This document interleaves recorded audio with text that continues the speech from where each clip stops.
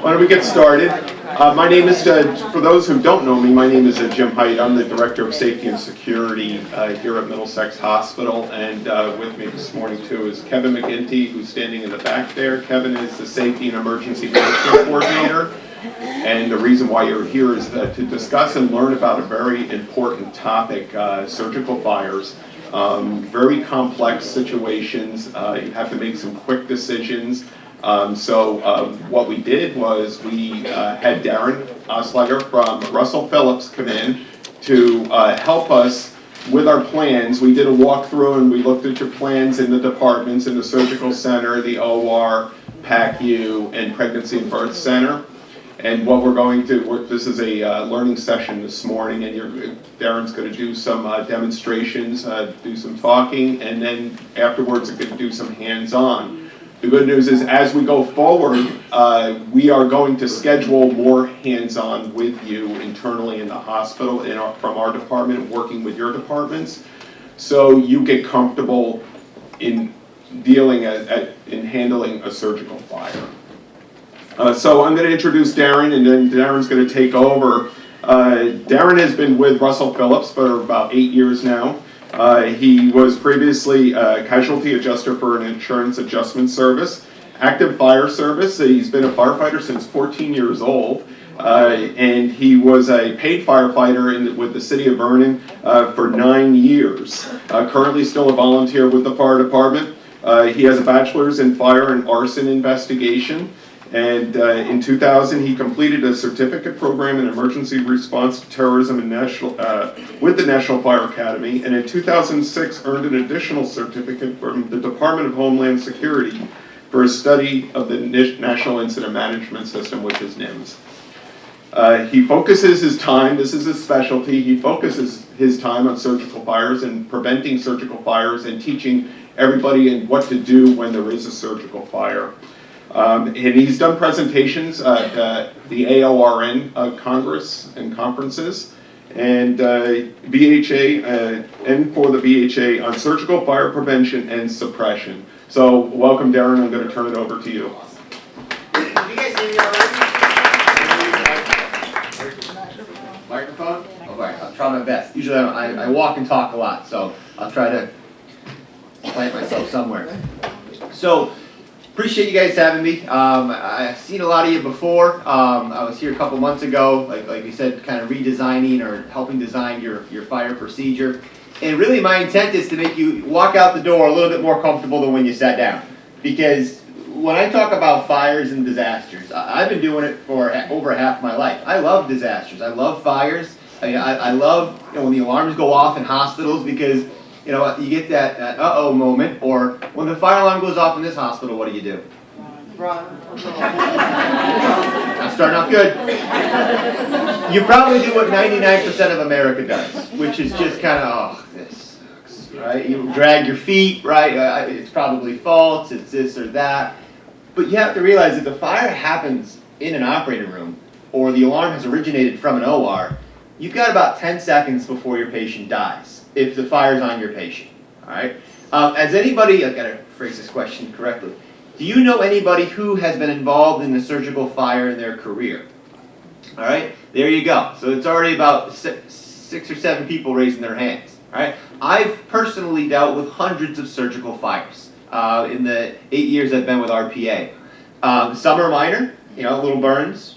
I mean, I'm not going to downplay it. And some are major, which is fatalities. So not a lot of people die in surgical fires, but they're definitely fires you've created. People don't just ignite on the operating room table for no reason. Right? They ignite because you've created the atmosphere around them. And you create that atmosphere almost every single case you do. Not all, but almost every single one. So you've all been around when a patient codes, right? On, not all of you, but most of you, all right? And it's pretty textbook. I've been around it, right? You yell the code word, which I don't know what it is here, probably called blue or something, right? And people grab the crash cart, you get a cavalry coming behind you, right? And you do your job for that duration of time. But when a fire of that magnitude happens on a patient, all right, what's the first words out of your mouth? Oh, I should tell you, you're being videotaped, by the way, too. So you don't want to say what you just said, which was right? So you want to yell out, "Fire! Shut down the gas." All right, that's kind of a staple around the country is to yell that. All right, because well, actually, more specifically, with this particular case, I want to go over to kind of lay the groundwork for why you're here. Is everyone in that team, in that room, should know exactly what's on the field or what's on the patient. Even if the fire's coming from a machine or smoke's coming from the vents, you still want to be comfortable yelling, "Fire, shut down the gas," which instantly prompts people to do their role and responsibility. And I'm going to talk about that, but every single person in that room has a role and responsibility in a fire. All right? Whether you're the anesthesia provider, the surgeon, the tech, the nurse, or a collaboration of everybody. Even in the C-section OR, baby nurse has their responsibility. So this particular case happened in Boston, believe it or not. It was a bilateral left case, all right? There's a 50-year-old patient on the table, right? Open delivery of oxygen via nasal cannula, and they draped the patient, so there's actually a little vertical draping, a little pooling of oxygen that's going around right now, and dry sponges that were left on the table, okay? And had a handlebar mustache as well on this patient. About 30 minutes into the case, cautery was introduced, all right? A little arc occurred, and a fire broke out on the patient. And her response should have been what? There you go. I already learned it. It already been 6 minutes, right? No, her response was, "Oh my God, oh my God, oh my God, oh my God, oh my God." All right? She kept pointing at the fire and screaming, "Oh my God." All right? Anesthesia wasn't not in the direct sight of the fire, so he kept saying, "What? What's going on? What are you talking about?" All right? And they realized that the fire about that size was on the patient. All right? So how would you suppress that fire? Smothered. I like that word, right? But the surgeon in this case, what do you think he did quickly? And I'm not blaming him. It's very similar to when you see a bug or an ant, right? What do people tend to do? Just hit the fire, right? So smack that fire out. Let me show you. Actually, let me show you what he did. All right, it's probably easier than the picture. All right. So I'll show you about the same size fire. Just lighter fluid. Who doesn't leave home without it? All right. This is actually a fire department hose line that we cut up, laid flat. It's a little bit more flat and fire resistant. So the fire is about that size. Think about it like this. All right, what is that doing? All right, but if you actually sweep out a fire, it goes a lot faster. All right, it goes out sooner. There you go, fire's out. But he didn't do that. He started to pat the fire out, pushing the fire. Actually, I have a picture of it. All right. Not to mention, what is he wearing?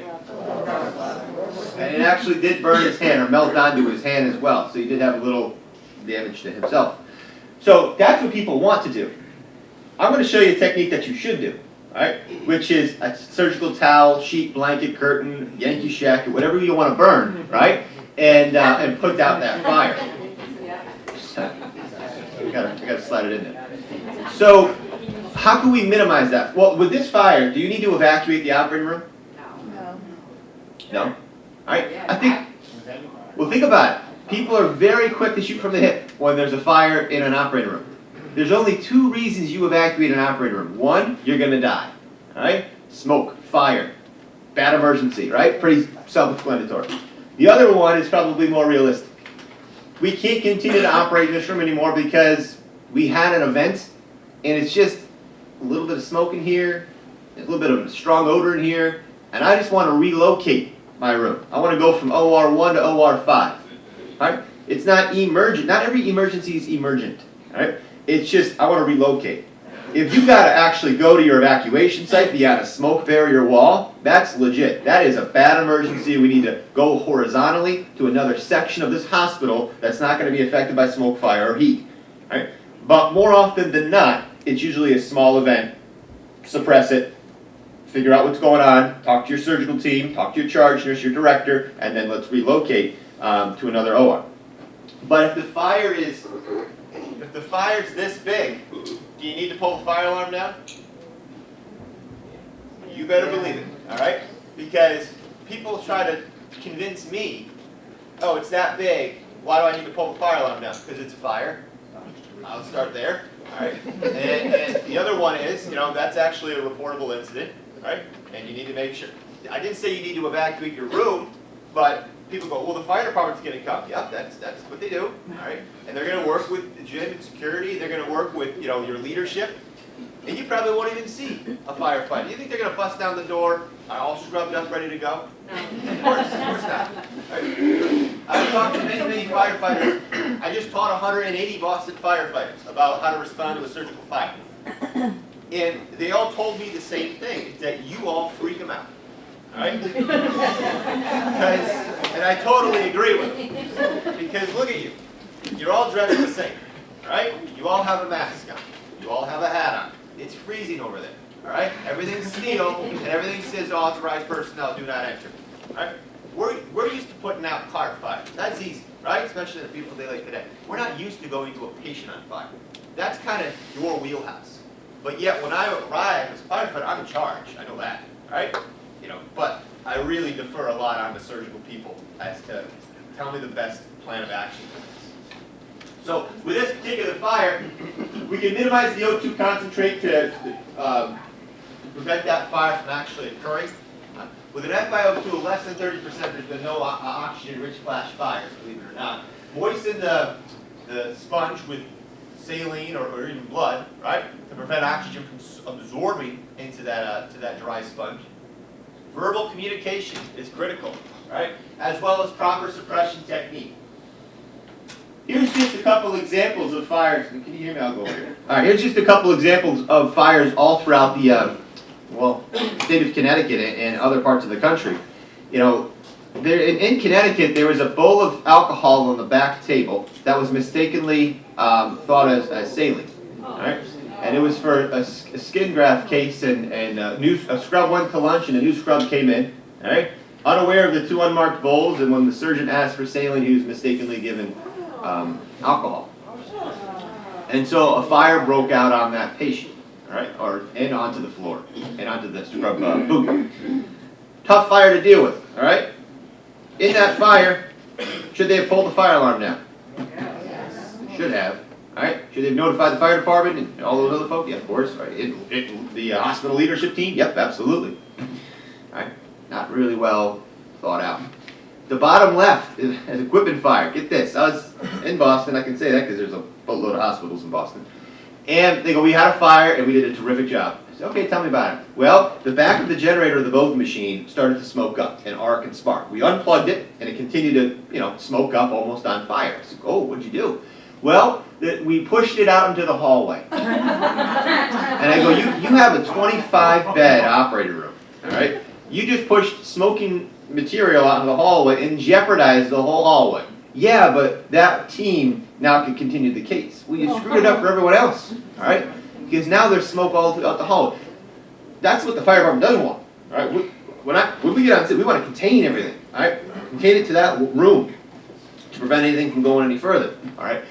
So the top right one is actually an ET tube fire. They nicked the ET tube of a patient while doing a laser bronch case, and that's actually what occurs in the patient. All right, a little fire shoots out by the balloon section of the ET tube, and it's very, very fast-moving fire because that fire tends to travel up as well. So we have to do what to prevent that fire from escalating any further? Shut off the gas or disconnect the breathing circuit, whatever's faster for the anesthesia provider. But 99% of the time, anesthesia provider is doing that. Right? Bottom right is probably your most common. It's your routine outpatient surgery. This was a removal of a cyst on the forehead, and they actually caused the fire. That was the before shot and the after shot once you woke up in PACU. All right. So very tough fires to deal with. Now, how often do you think fires occur on patients? When you actually do the math, it's 12 patients a week catch on fire. All right? In the country, from Rhode Island to Hawaii. I mean, Russell Phillips works from Rhode Island to Hawaii. We're based out of Connecticut, in New York, Ohio, and Rhode Island, in California. But you were in Hawaii when I was trying to contact you for your I was. Someone had to do it, I just got back, unfortunately. But I got back because I said, I want to come to Middlesex Hospital. Palm trees and fruity drinks are too much. But yeah, you can see 12 a week's a lot. All right. I mean, when you really, the big picture of thousands and thousands of cases a day, I understand. But how often do you hear about it in the news where, oh, another surgical fire today? You don't hear about it. All right. Hospitals don't want to make the news in a surgical fire because what if you did? All right. What would somebody do? Middlesex Hospital, surgical fire. I'm going somewhere else. I'm going down the road. All right. Not realizing that no matter where you go, the threat's kind of all the same. So when we start talking about prevention, it's all about location. All right, where the location of the surgery is. As you can see, 44 plus 21, over 60% of the fires are above the xiphoid process. Right? So head, neck, upper chest, those high-risk cases. And when you couple that with open delivery of oxygen, you have a very strong risk of a fire. All right? Closed circuit systems obviously pose a much lower risk of any fire on that patient. All right? But 21% of the airway, yikes. Now, you know who I feel bad for in most surgical fires? Yes, the patient, but from the team, is the surgeon. Because the general public is very quick to do what when there's a fire on a patient? Blame who? Yeah. Who do people blame when firefighters die? No? Oh, the chief. Well, it's a combined effort here, right? So in an OR fire, it's not just the surgeon, just because he or she had the heat. That doesn't make any sense. Right? Heat alone doesn't cause fire. It's the heat, it's the fuel, it's the oxygen. Right? So it's the anesthesia provider, it's the surgeon, and it's the tech. Right? That really caused the fire together. All right. And when you talk about what produces heat, well, you guys know, cautery, of course, lasers, light sources. The tip of the light source can cause a fire, has caused fires before. Fuel source. The fuel is not what you put in your vehicle this morning. The fuel is gauze pads, drapes, ointments, prep solutions, all that stuff, hair, all that stuff can burn, right? And the oxygen is the oxygen. Both nitrous oxide and oxygen both burn the same way. They both enhance combustion, right? So it's just going to support the fire and that. You take any one of those elements away, you don't have a fire. Right? But you take any one of those elements away, a lot of times you don't have surgery, right? So you walk a very fine line of a fire almost every single time you have surgery. When we do a root cause analysis of oxygen being the main contributor to the fire, 74% of the time it was greater than 30%. Right? So, when we talk about open delivery and the location, the APSF, the Anesthesia Patient Safety Foundation, actually came out with verbiage in 2010, but again reprinted it in 2014. All right, is that the traditional practice of open delivery of 100% oxygen should be discontinued. That's pretty strong verbiage, and when we dig a little deeper into that, right, it's all about what the patient can do, what the patient can support is probably a better way of putting it. Right? Because they say go to an ET tube or LMA, but that's not always possible based on the clinical needs of your patient. And I'm not here to talk clinical. I'm not even here to tell you how to do your job. Right?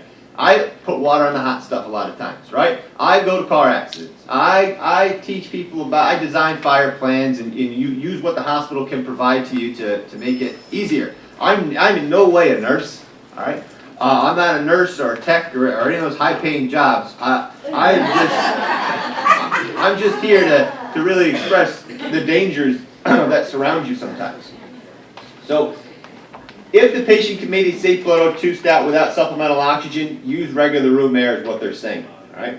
If not, and you have to use open delivery of oxygen, deliver minimum O2 concentrate increase as necessary. Blow medical grade air under the drapes to dilute any oxygen from settling under the drapes. I have a video on that real quick, 20-second video on that. All right. Some people put suction in under the drapes to suck in any oxygen that may be settling under there. All right, and the big one, probably the most important one, is shut down the gases for 60 seconds before introducing a heat source. All right, or stop the oxygen from flowing. Now, that's pretty important, but sometimes also I defer to your surgeons and anesthesia providers on if that's possible for that particular case. Because think about it, even last night, I was at my parents' and we were having a barbecue because it's going to be like 60 degrees tonight.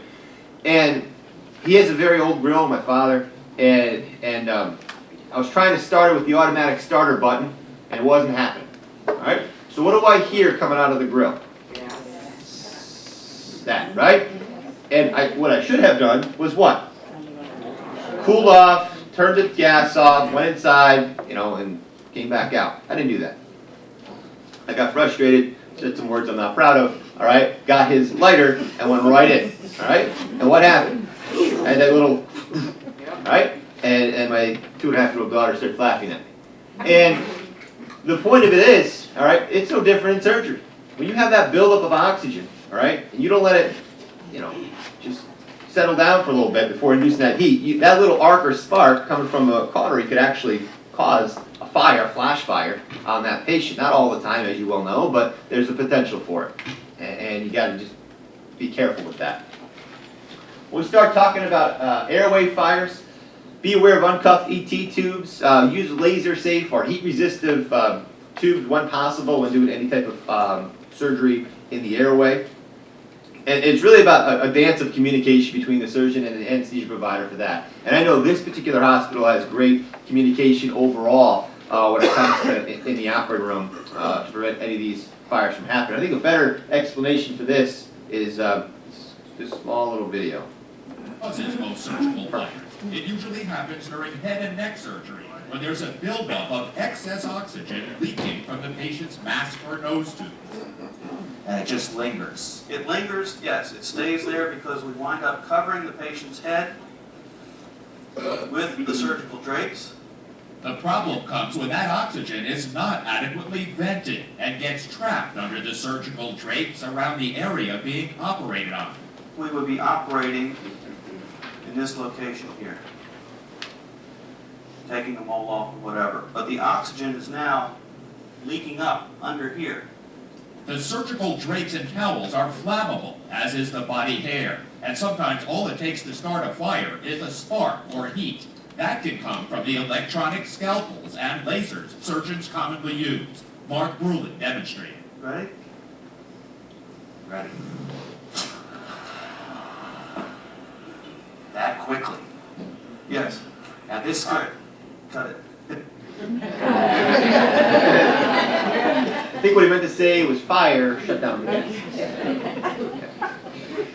You can see how terrifying fire is for a lot of people, right?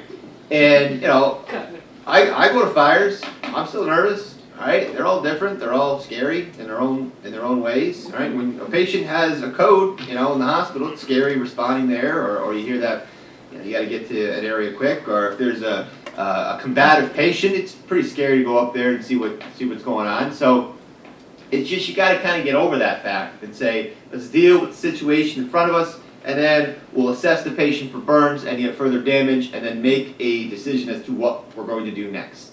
But that's a pretty big fire. That's actually a little bigger than normal. I think they kind of newsed it up, if you know what I mean. So 100% of your fires are going to involve fuel. All right? Seems like a pretty obvious statement, right? So if something's burning, that's the fuel source. All right? That's the actual gauze, ointment, skin, whatever. So we know that there's alcohol-based preps out there that have flammability to them. All right? Whether it's 60 to 70%, even your whatever hand sanitizer you use. All right, that has alcohol on it, and yes, people have caught their hands on fire just by hitting a light switch, plugging something in, or there's a hospital in Connecticut by the shore where somebody was unscrewing the tip of a ventilator, all right, and the static electricity actually caused their hand to catch on fire with the alcohol-based prep, all right? So it's very, very real out there with all that's happening.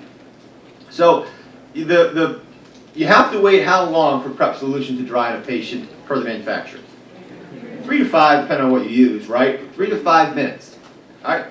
I'm going to go in the ORs today, and I'm going to use some alcohol-based prep solutions on my burn pad and show you what it looks like, and it becomes invisible to the overhead lights that are on. All right, because those are super bright, and you've all seen alcohol burn, right? Whether you've been on a cruise and they come in with a whatever dessert, right? Or you've seen any type of liquor burn, right? It's that light blue flame, and it's very tough to see even right now, and forget about it if you're in an OR with the lights over. What about with wet hair? The prep solution gets into any hair area. How long do you have to wait? 1 hour, 60 minutes. How many hospitals in this country are waiting 60 minutes for prep solution to dry? You don't prep a patient and go, all right, I'm going to lunch, I'll be back in an hour. It's unreal. So what they're trying to say without saying it is apply to a hairless skin, all right? Or use a non-alcohol based prep solution, but again, sometimes based on the patient, that's not possible, right? So, we always want to make sure that we're following these guidelines, and these guidelines continue to get adjusted throughout years. They add more, make sure you don't do this, make sure you don't do that, and they become a little bit more strict with what's going on. So what about your patient? I'm not too worried about inpatients because they're coming up from the floors, they're coming down from the floors. All right. What about outpatient? You talk to your patients. Where was I last week? I was somewhere in New York, and I was just doing my report in the corner, and I hear a woman on the phone talking to the patient for tomorrow, and she goes, "Make sure you don't eat after midnight, and make sure someone drops you off, and picks you up." What are the other things you say? Like you wash with antibacterial soap, no jewelry, stuff like that. And then she hung up with her. And I go, what about like hairspray or hair product? What about makeup? She goes, who are you? And I go, I'm Darren. How you doing? But all those things are important as well. How many times have your patient come into for surgery today or tomorrow or whatever, and they look like they're going from here to the train to New York City, all right?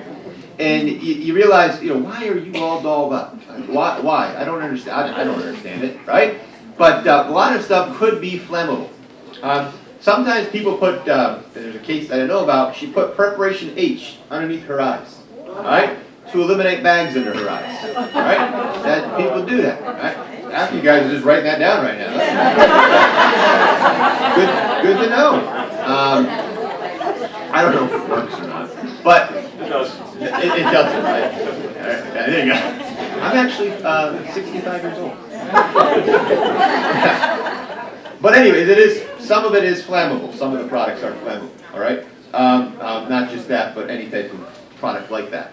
So it's very important in that particular case where she did not inform that she had that product on her face, all right? And a fire broke out and the fire enhanced, all right? Continued to go to the left, to the right, all right?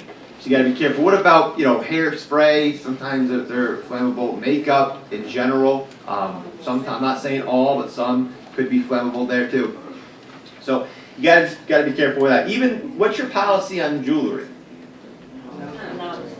To take it off. I understand the wedding rings or the stuff like that because it's swelling and stuff like that. But what about the ones where I call it like they bedazzle themselves, right? I don't know when it went in, I don't know where it comes out, I don't even know how you got it in there, right? But I understand that, some people say, I'm not taking it out.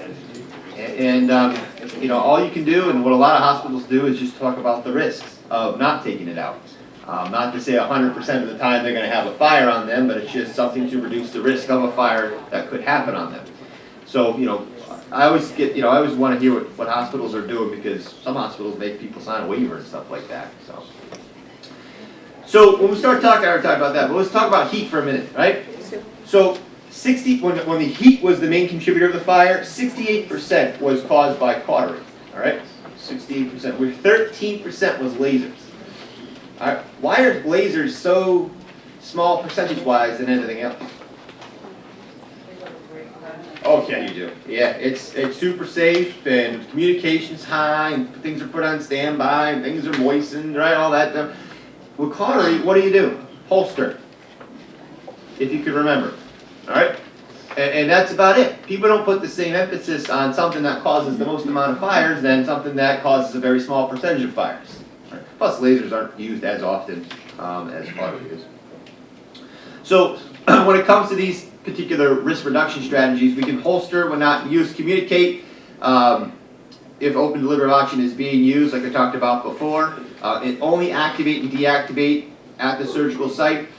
People always want to know what's the worst fire I've ever known about, and it actually happened in Southern California where cautery was laid on the patient, the foot pedal was still activated, the tech leaned over, and it actually activated the cautery, which burned through the second layer of drapes, and then the drapes started to wave back and forth, kind of like a sail, right? And they realized there's smoke coming underneath the drapes, and then they all left the room.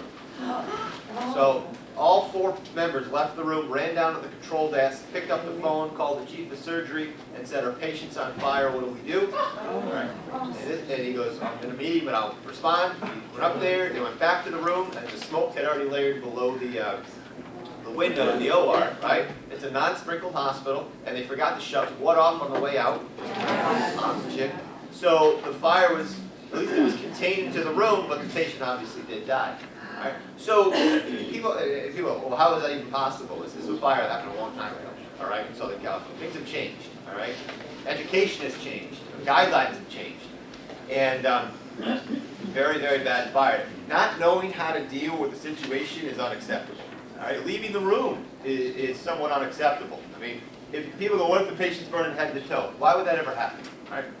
Most of your, 99% of your fires are just small, contained little fires in your patient that you can put out with saline or a towel or something like that. So you got to make sure that you don't just leave the room and leave the OR. So disposable battery operated cautery, we got to make sure we, do you guys use that here? Okay. To break the tip off of the hemostat, right? Or you could just recap it, remove the batteries before you discard it in the sharps container, because that has caused fires before because it gets accidentally activated at the bottom of the sharps container. Actually, the hospital I'm going to tomorrow.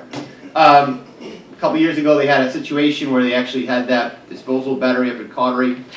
Threw it in the sharps container and PACU. It was a 9-bay PACU, not a large one. And about noontime, when they were slammed, it started to melt because it threw more stuff in the sharps container and it activated it. So now they have this black smoke going up the wall and filling up PACU. All right, who's PACU here? Raise your hand for a minute. All right, so in PACU, who in that area you have, who's the first one to be evacuated? Which one? Closest to the fire. Then who? There you go. Most mobile, least acute. Highest acute, least mobile, you're last. Alright, sounds rude, right? Most amount of people, shortest amount of time. Alright? You have a fire response team that's coming your direction, right? Engineers, security, facilities, right? EVS. Those are folks that can assist you with movement of patients. They'll be the first ones to tell you, though, they're not critical folks. So give them the walkie-talkies. The guy eating a muffin ready to go home, right? Where you can now focus on your ventilator dependent who just got wheeled in from surgery, because you have to bag them and move them at the same time. So it is very much like a circus when you have to move a PACU. In an OR, one door to the room, shut it, you're fine. In a PACU, that's one room, many different people of many different mobilities. So it's actually way more challenging than an OR. Electrical fires, right? Outside of the hallway, what do you have? What type of fire extinguisher is this? ABC. Chief engineer, you already did that. All right, this is a CO2 fire extinguisher. What shoots out of a CO2 fire extinguisher? Very good. That was a trick question. If anybody's hit phone, don't pick this up. All right? If you're that uncertain of what this is, then don't do it. So this comes out at about -400 degrees Fahrenheit. All right, if you put your hand on it as you discharge it within a couple seconds, right, your hand may freeze right to the nozzle pin. Kind of like putting your tongue on a frozen pole in the middle of January, right? You're required to know how to use a fire extinguisher, so you tell me how to use it. I heard pull, aim, squeeze, and sweep. If you don't do the P part, you look like an ASS part, right? That's the way they teach all in elementary school. So true. So when I pull that pin, aim at the base, squeeze, just like that. So you got, did it leave any residue behind? Sounds good. Alright, just has a loud bark to it, who cares, right? Why do you have this in your OR corridor then? Well, let me ask you this question. What shoots out of an ABC fire extinguisher? Those red ones you get all throughout the hospital. Dry powder, yeah, chemical powder. Alright, I'm not going to get into the components of it, it's disgusting. Alright, where if you shoot that in an OR, the whole room's going to fill up with this yellow cloud, kind of like the pollen on your car right now, which is killing me. I hate that, alright? I had to wash my car yesterday, no difference, alright? And that yellow chemical cloud and powder goes everywhere in the OR. You could actually infect your patient, your equipment may stop working. And it's just a bad type of thing. CO2, way different. All right, it's clean. You use it in the OR. Unfortunately, though, it's only good for 2 fires. It's only good for electrical fires, which is a high hazard, and oil, grease, and gasoline, which is not really a hazard in your room. All right, so if there's anything like a kick bucket on fire, drapes, gauze pads, class A fires, if you will, right? Don't really use that. It's not really intended. It can just blow it around, maybe. All right. So let's get it right into evacuation and suppression. Now, I always put RACE up on the board, and here's where people kind of roll their eyes. And they go, I know what RACE stands for. I've been working in this hospital for 25 years. All right, rescue, alarm, contain, and evacuate. And I always go to tell people, I don't care. All right, congratulations, you memorized 4 words. All right, that doesn't mean anything. I don't go to a fire and go hydrant, hose line, water, fire, I'm done. All right, you got to apply yourself to really get the job done. All right, because if you think about RACE and what it means to an OR or even to a PACU, all right, rescue those in immediate danger. What? I'm not leaving the OR. Unless I absolutely have to leave the OR. I deal with the fire, I put it out, and then I determine do I have to leave the room. All right? Activate the fire alarm, you better believe it. All right? Where's your closest fire alarm right now to where you sit? All right? What about when you have lunch? It's in the lobby. You just checked into the Hilton in downtown Orlando. Where's it at? You're going to the movies tonight. Where's it at? They're by exits. All right, exits and stairwells, all right? They're also peppered throughout your building, but if you ever get nervous or during commission goes, where's your closest pulse station? Exits and stairwells, all right? That's where they're at. Contain by close the doors, all right? You know that. Keep the hallways clear. That's a tough one for ORs, right? Keep the hallways clear. You keep buying stuff, right? Where are you going to put all this stuff? Right? And all the hallways are cluttered, all right? And what does that mean for the fire department, right? They got to get in here and do a job. They can't do a job when you didn't move anything. Right? Or they can, but they're going to be very frustrated. Right? And then evacuate, where's your evacuation site? So Dr. Pyro is your code word, right? So if I open the door today in the middle of an OR and yell Dr. Pyro, within 2 seconds I should hear what? Fire alarm. The fire alarm going off. Should I see someone go, hey, you sure? You serious? I'm going to do it. Ranger stuff? That's what people do. They look for excuses not to pull the fire alarm because ever since you've been 2 years old, you've been trained what? Not to pull it. Get over it. All right? You can pull it down. Right? You see smoke, you see a fire, you hear Dr. Pyro, you activate the fire alarm, no questions asked. And that can be done by the front desk or anybody hearing Dr. Pyro. And then dial 55. Don't just scream fire and hang up, right? They want to know the specifics. What level, what room, what condition, is it out? Are you evacuating? Because 55 dials who? Fire department too, right? And that fire department needs to know what's going on. Right? They don't want to know, hey, there's a fire alarm in Middlesex Hospital. Okay, how vague is that, right? They want to know, hey, it's in the operating room. Uh-oh, okay. It was in a room on a patient. Right? They may be careful what they say over the radios, but they're going to know exactly what they're coming to before they get you. So these 4 different types of fires, right? Look at this. This is talking about airway fire now. Remove the tracheal tube, stop the flow of air gases. We, Russell Phillips and other people, kind of disagree with that order. Actually, it's tough to see, but it says some experts and educators recommend blah, blah, blah, blah, blah. What this is saying is that we recommend that you stop the flow of gases first, or disconnect the breathing circuit before you pull that tube. If you just pull the tube right away, you're bringing that fire all the way, you're bringing this all the way up to the patient. All right? So it's very, very important that certain steps are done before others. And as anesthesia is doing this, circulator nurses, what are you doing? Overhead paging, we got a Dr. Pyro, room 1, Dr. Pyro, room 1. And those of you out in the hallway, what are you doing when you hear that page? Pull the alarm, see how it all works out, right? We don't need everyone and their cousin to go to OR 1. The team in OR 1 can handle this fire. We do need the charge nurse to go there, or the manager or director to go there, if here. Right. After we do that, we have to, per ECRI guidelines, is consider pouring saline down the airway to cool the airway to any residual embers. I also, it's easier said than done, they always go reestablish an airway. Oh, okay, that's easier said, right? They may have to actually trach a patient to reestablish the airway. It's really no good stuff with this. A fire in the airway is very dangerous, obvious, but tough to deal with. Right? Very complex. What about a fire? Oh, actually, I can show you. Take a look at that. smoke coming from the mouth right there, right? The anesthesia sees that, they have that uh-oh moment, they go around, they start to shut down the gas, come over here, disconnect the breathing circuit, pull. What are these two doing? Alright? Well, not doing nothing, but they're preparing for any type of movement or making sure things are stabilized. I'll show you that one more time. Smoke, fire alarm's going off, right? Should be going off right about now. Charge nurse is opening the door. What's going on? Getting briefed by the circulator. We just had a small little fire in the airway right now. Things are under control. They've suppressed it. Right? It's not. At no point can you just sit there and go like when you see a car accident. What do? You slow down about 1 mile an hour, right? On 84, and you just look. There's no looking.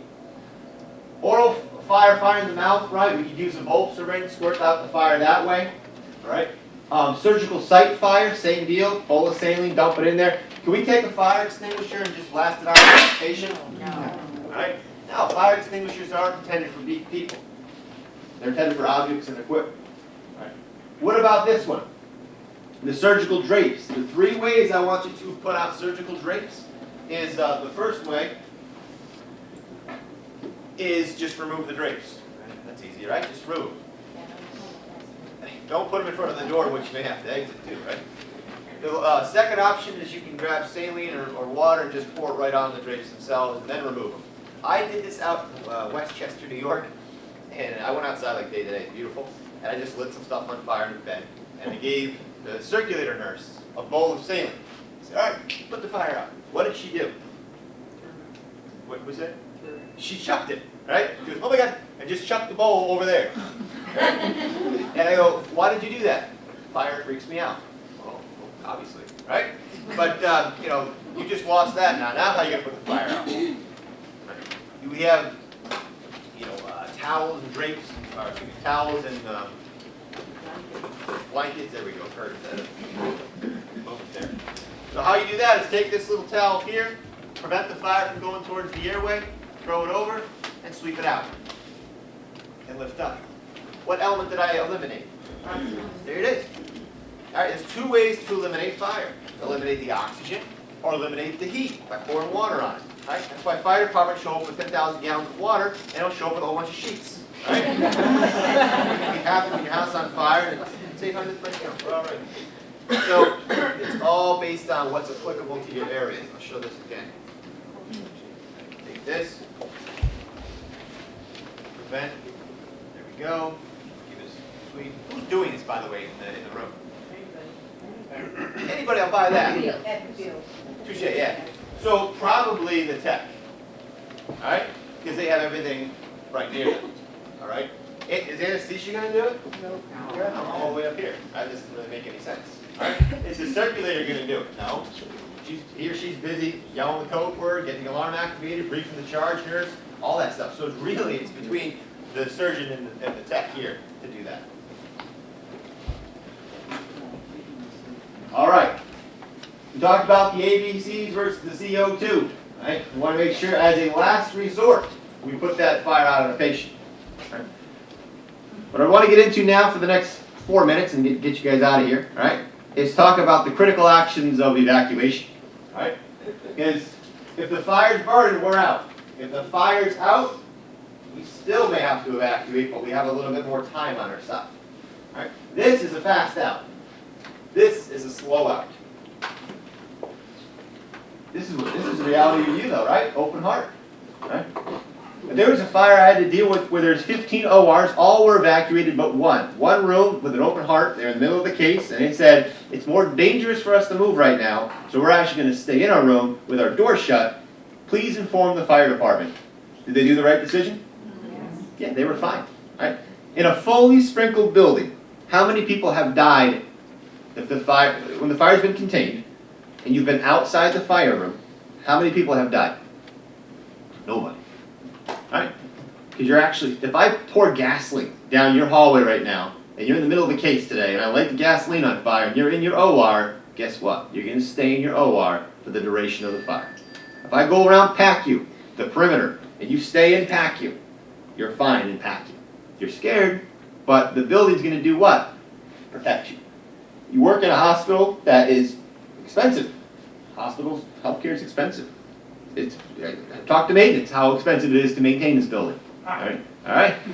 It's very, very important to realize they're in the ceiling, fire caulking the wall for a reason. Alright? They're making sure that doors are shutting. And it frustrates me too when I look at a smoke barrier door and it's just banged up and it's now, defective and all the other stuff. So I'll talk about all this in the OR today. Kind of goes over roles and responsibilities, but look at this. Did these people live or die? This person lived, this person died. Why did this person live?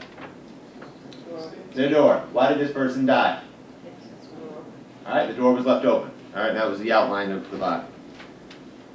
I just lost my battery. It's okay. Last person out of the room shuts the gas off to the OR under the direction of the anesthesia provider. Alright, it's different in the med-surg unit, the ED unit, and PACU, ORs, who has a handle of the gas? Your anesthesia provider. So if they're bagging a patient, they may tell you, hey, shut down the gas. And you have to know how to do that. 99% of them look like this. This little handle that you turn towards you and shuts it off.